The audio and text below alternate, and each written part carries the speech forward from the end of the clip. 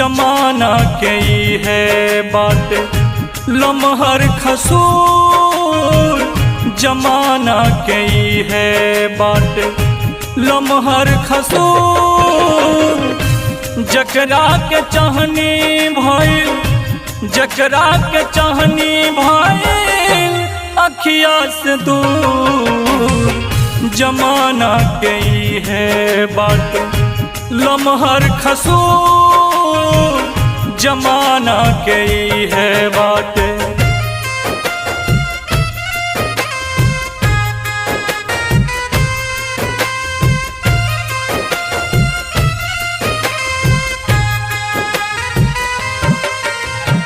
Recording and mixing Ambika studio Kuchaypur.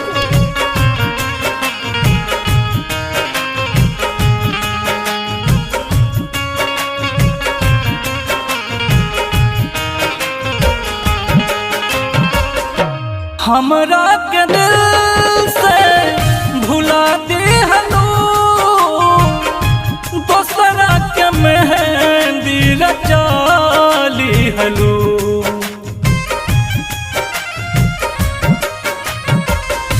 हमरा के दिल से भुला दिहलू,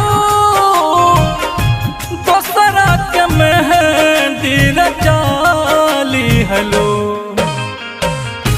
तनी भर न राहत रहलू, क्षण भर न राहत रहलू अखिया से दूर, जमाना के ही है बात लम्हर खसूर, जमाना के ही है बात लम्हर खसूर, जमाना के ही है बात।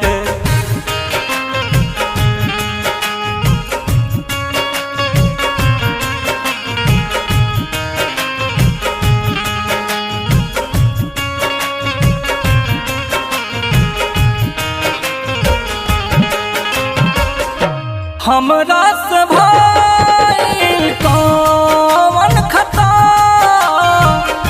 जमाना के काहे न दिहलू बता।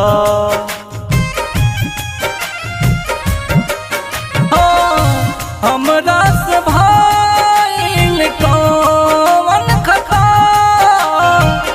जमाना के काहे न दिहलू बता।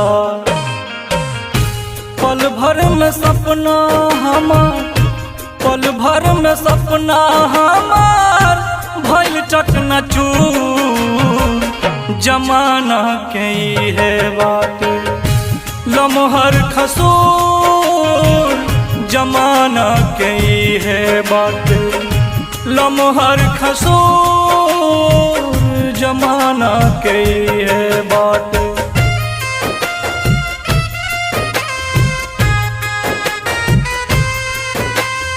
Recording and mixing Ambika studio Kuchaypur.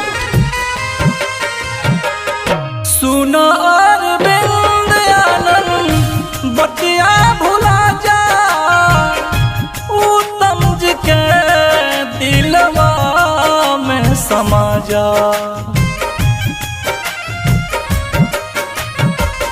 सुना अरविंद आनंद बतिया भुला जा, उत्तम जी के दिलवा में आके समा जा। फिर वो है प्यार मिली, फिर वो है प्यार मिली मजा भरपूर, जमाना के ही है बात लम्हर खसूर, जमाना के ही है बात लम्हर खसूर, जमाना के ही है बात।